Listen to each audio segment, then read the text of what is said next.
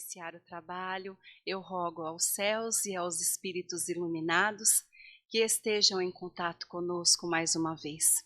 Que eu possa recorrer ao meu mentor, que ele possa me inspirar, transmitindo os pensamentos mais oportunos para o nosso desenvolvimento nesta noite. Todos unidos, em pensamento elevado, chegaremos a Deus, nosso Pai Celeste, e que Ele nos beneficie esta noite iluminada com benditos ensinamentos. Graças a Deus, graças a Jesus.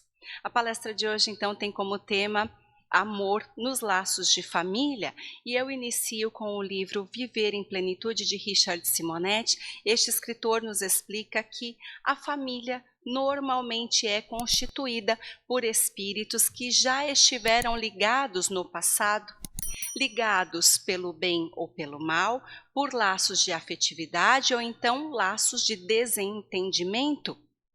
E estes espíritos se unem por dois objetivos básicos e principais, que são a consolidação de afeições ou então a desintegração de aversões.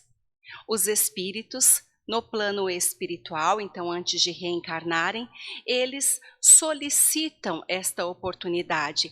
Conscientes de suas limitações, eles pedem por uma oportunidade, pedem que as pessoas possam acolhê-los, e eles então imploram por um recomeço. Se nós, observando as nossas famílias, podemos imaginar que elas não são as ideais para nós, se observando as nossas famílias nós podemos julgar que os nossos pais, os nossos cônjuges, filhos ou irmãos não se enquadram nas nossas fantasias afetivas, certamente eles são aquelas pessoas mais apropriadas para as nossas necessidades evolutivas. Este escritor ainda afirma que os nossos pais, eles podem ter defeitos, e têm, assim como nós, mas eles tiveram uma virtude grandiosa, e esta virtude foi a de nos receber na reencarnação, de permitirem esta oportunidade onde nós estamos nos desenvolvendo, nos aprimorando para nos elevarmos a Deus. Diante de qualquer laço que tivermos tido com eles, o mais importante é que eles nos aceitaram. A família, ela faz parte de um fator para o planejamento reencarnatório. Existem muitos outros, dentre eles a posição social. Então, quando nós estamos na espiritualidade, como espíritos errantes, nós participamos muitas vezes deste planejamento reencarnatório com os instrutores espirituais mais elevados. E a posição social também é um destes fatores. Posição social que vai dividir a sociedade em 5 classes: rica, média alta, média, pobre e miserável. Independente da condição social, qualquer uma delas vai ter facilidades e dificuldades que servem como verdadeiros desafios. Desafios que permitem a potencialidade criadora do ser. E com isso, ele tem um pleno aproveitamento desta oportunidade edificante. O terceiro fator do planejamento reencarnatório, nós podemos dizer que é a profissão. E junto com ela, também terão o cuidado de criar um corpo físico que atenda às necessidades desta atividade que nós iremos desenvolver. Vamos imaginar que uma pessoa, um espírito que está no plano espiritual, fazendo o seu planejamento reencarnatório, ele acha adequado renascer e ser um cantor. Então, neste corpo físico, terá a adequação das cordas vocais, laringe, pulmões e caixa torácica, tudo apropriado para que ele desenvolva esta atividade. Também, para o planejamento reencarnatório, Os espíritos podem solicitar deficiências físicas, sabendo de suas necessidades, sabendo de suas fraquezas. Ele pode solicitar uma deficiência cardíaca ou então problemas motores, porque isso vai facilitar para que ele possa inibir as tendências inferiores e também desenvolver os valores espirituais. Este escritor nos lembra que sofrimentos e dores do mundo nos faz desenvolver a necessidade, o anseio de Deus, e é por isso que nós realizamos este planejamento reencarnatório pensando em todos estes fatores. Eu posso modificar o livro e falar então do livro O Homem Novo, de José Herculano Pires. Ele vai nos explicar que a família é a primeira forma de sociabilidade do novo ser. Então, ele vai nos explicar que as relações familiares vão facilitar o desenvolvimento de afetividade, moralidade, tudo isso para que este novo ser consiga se entrosar nos relacionamentos sociais. Nós vamos imaginar que as crianças, por mais pequeninas que sejam, se deparam primeiramente com a mãe e depois precisam dividi-la com o pai, e logo chegam os irmãos. Ele precisa aprender a dividir, a respeitar, a tolerar e vai amar no seio doméstico. Os pais precisam estar dispostos a reconhecer este novo ser que integra o seio doméstico, sabendo quais são suas limitações, seus vícios morais, mas também suas aptidões e suas qualidades. Desta maneira, ele não vai permitir erros, desvios de moralidade no lar, vai aplicar a corrigenda sempre com educação moralizadora, jamais com agressões físicas ou verbalizadas. Quando este ser consegue se integrar adequadamente a este núcleo doméstico, ele está pronto para ser lançado ao mundo, frequentar escola, núcleos religiosos e mais para frente, ambientes de trabalho. Cresce, se torna adulto e consegue se integrar à sociedade com saúde mental, proporcionando bem-estar àqueles que interagem com ele. Se os pais deixarem tudo isso de lado, podem estar facilitando o desenvolvimento de vícios morais que podem agredir imensamente as pessoas que cruzarem o seu caminho. Portanto, objetivo da família, moralizar o novo ser. Com o livro de Rodolfo Caligares, As Leis Morais, ele nos explica que a família é uma instituição divina.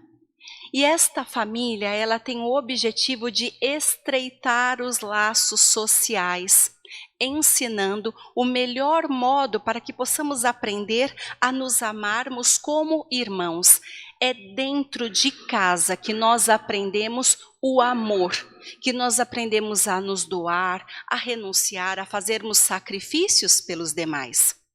Eu preciso aprender isso dentro de casa e preciso ensinar isso às minhas filhas. É minha missão. O objetivo principal desta reencarnação na minha vida é com elas, já que eu quis me tornar mãe. Ele ainda nos explica que os espíritos formam as famílias e estas famílias podem ter relações aqui no mundo físico, podem ter relações frágeis, podem ter relações fracas, que se rompem facilmente. São pessoas que, assim que podem, cada um toma o seu rumo na vida. Pensemos numa família grande, onde os pais tiveram 8 ou 9 filhos, eles estão sempre unidos. Eles procriam, têm seus filhos e aqueles pais viram avós, bisavós, tataravós. Mas um dia eles partem para a espiritualidade. E como a ligação deles todos era muito fraca, assim que os pais, os patriarcas, partem para o plano espiritual, eles nunca mais se reencontram, eles não desejam se ver e se unir, estavam ligados apenas pelos genitores. Apesar disso, existem famílias que estão ligadas por amizade e abnegação recíprocas. Eles desejam estar sempre unidos e isso conduz à sublimidade mesmo aqui na Terra. No mundo espiritual, estes espíritos formam núcleos de espíritos afins. Aqueles que se estimam desejam estar ligados e vão formar comunidades mais felizes quanto mais perfeitas forem as suas qualidades morais. Se, em determinado momento, um destes espíritos precisa reencarnar em missão ou expiação, aqueles que ainda estão na espiritualidade velam por ele e tentam, de alguma forma, encorajá-lo para que ele saia vitorioso. Também, em determinado momento, alguns deles podem receber a oportunidade de uma nova reencarnação. Eles vão buscar o reencarne no mesmo país, no mesmo círculo social ou na mesma família, para que possam estar juntos num objetivo de mútuo adiantamento, vão trabalhar unidos. São aquelas pessoas que inconscientemente se procuram e quando menos percebem, se esbarram. É um reencontro que nós não sabemos explicar, mas de bater os olhos parece que já nos conhecemos de muito tempo. Temos os mesmos desejos, as mesmas intenções, muita afinidade. Se de alguma forma algum destes espíritos fracassa numa ou em mais existências, pode desencarnar e ir diretamente para regiões purgatoriais, sofrerão com as consequências de seus erros, com as consequências de suas más paixões, até que se arrependam e tomem a iniciativa de redimir-se. Mas aqueles que os amam sempre estarão dispostos a auxiliá-lo. Eles podem até retardar o seu progresso, podem abrir mão da sua felicidade para estarem ali mais perto. Eles descem do nível superior onde estão para auxiliar este irmão em sofrimento nas regiões purgatoriais, para doar o seu amor, seu incentivo, esperança, fluidos. E desta maneira solicitarão e um dia poderão reencarnar para recebê-lo em tutela. Então receberão este irmão no núcleo familiar para que possam encaminhá-lo no aperfeiçoamento. As uniões espirituais acontecerão diante de afeição, semelhança de inclinações e também igualdade de nível evolutivo. Eliseu Rigonati nos explica que cada grupo de espíritos tem um lar como ponto de apoio, justamente para sua reabilitação e elevação aos níveis mais superiores do universo. Nós precisamos da família. Mas ele diz que todas as vezes que se forma uma família, sim, traçam-se planos no mundo espiritual e estes planos se concretizam aqui na Terra. Ainda afirma que existem pessoas que podem colher pesadas responsabilidades e consequências que são imprevisíveis quando elas atentam contra a integridade de um lar. Se envolver num lar não será satisfatório de forma nenhuma. De alguma maneira, tentar invadir o núcleo doméstico pode trazer consequências dolorosas para alguém. Este escritor diz que adentrando os planos espirituais, pode passar por choro com lágrimas amargas no caminho da reabilitação. De maneira alguma, nós podemos interferir na integridade de um lar, porque um lar deve ser considerado sagrado. Nós ainda temos a necessidade de leis humanas, para o amparo às famílias, porque infelizmente os encarnados, eles se esquecem dos planos que foram traçados na espiritualidade, compromissos que foram traçados na espiritualidade diante da família com a qual cumpre zelar. Eliseu Rigonati explica que nós estamos integrando um lar e precisamos desenvolver sacrifício, renúncia e luta enobrecedora. Mas ele diz que à medida que a espiritualização humana se desenvolve, estas leis vão avançar, vão evoluir até chegar unicamente na lei de Jesus, no Evangelho de Jesus.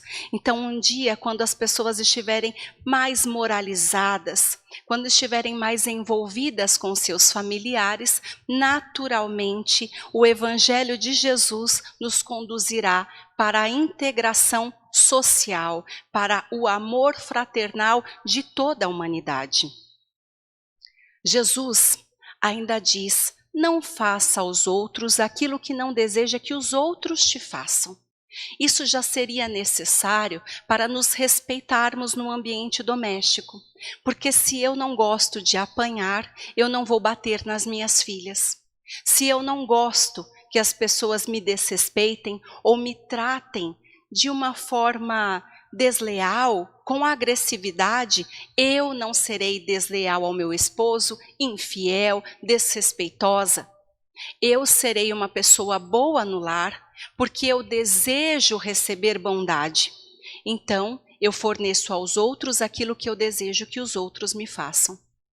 Deus colocou no homem a regra de toda a justiça, pelo desejo que cada um tem de ver respeitados os seus próprios desejos.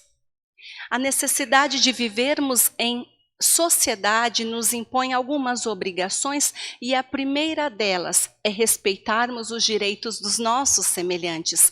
Tudo isso começa no lar.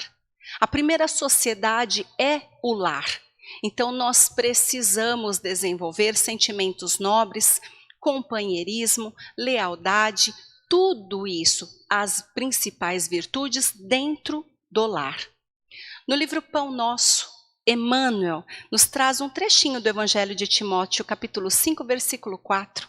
Aprendam a exercer a piedade para com a sua família e a recompensar os seus pais, porque isso é bom e agradável a Deus. Ele ainda diz: como seremos benfeitores de 100 ou 1000 se ainda não aprendemos a servir 5 ou 10 pessoas no ambiente doméstico? Paulo nos aconselha a exercer a verdadeira piedade no seio doméstico, exatamente a piedade que percebe a dor dos familiares e se esforça para combatê-la. Nós estamos unidos com nossos familiares, mas não é por acaso que estamos neste seio doméstico. São provas salvadoras e regenerativas com inúmeras possibilidades de tarefas iluminativas. Emmanuel ainda afirma para nós que é impossível servirmos na humanidade se nós não estivermos dispostos a sermos úteis numa casa pequena, onde o Pai nos situou. Então ele diz: aprendam a servir, mas servir sempre e primeiramente os seus familiares. Para finalizar, Emmanuel também nos traz importantes reflexões dizendo que ninguém foge à lei da reencarnação. Se ontem nós abandonamos uma jovem que nos amava e a inclinamos no vício, hoje ela pode se apresentar para nós como a filha que necessita dos nossos cuidados e do nosso amor. Se ontem nós negligenciamos compromissos e arrastamos alguém ao suicídio, hoje aquele alguém se apresentará para nós como filho portador de uma moléstia irreversível. Ele afirma que nós precisamos observar os nossos familiares, que todas as nossas provas e dificuldades devem ser bem observadas por nós. Nós devemos ser úteis e atuarmos no seio doméstico justamente porque toda a reconstrução do reino de Deus perante o mundo começa em casa. Então é esta imagem dos familiares que nós devemos ter. Pessoas que estão no processo evolutivo assim como nós, pessoas que já erraram e podem ter errado conosco. Por isso aquela repulsa, por isso muitas vezes aquela hostilidade, por isso aquela sensação desagradável quando estamos diante de um ou de outros, mas sempre levando a imagem de Jesus para o lar, levando esta consciência de que eu preciso ter empatia, indulgência e despertar o meu amor primeiro com eles, para que todos avancem no círculo doméstico e assim possamos nos desenvolver, nos aperfeiçoarmos e nos tornarmos pessoas melhores para o mundo. Se nós não conseguimos ser servos ativos no seio doméstico, auxiliando com caridade e fraternidade aqueles que estão tão próximos de nós, como é que poderemos ser servos do Senhor diante daqueles que não conhecemos? Que possamos nos desenvolver junto com os nossos familiares. Eu agradeço a Deus Pai por mais esta oportunidade abençoada que tive com os meus irmãos nesta casa de luz e também pelas benditas inspirações que recebi durante este trabalho. Agradecendo mais uma vez a oportunidade que me foi concedida para realizar esta explanação. Gratidão a todos. Paz e luz.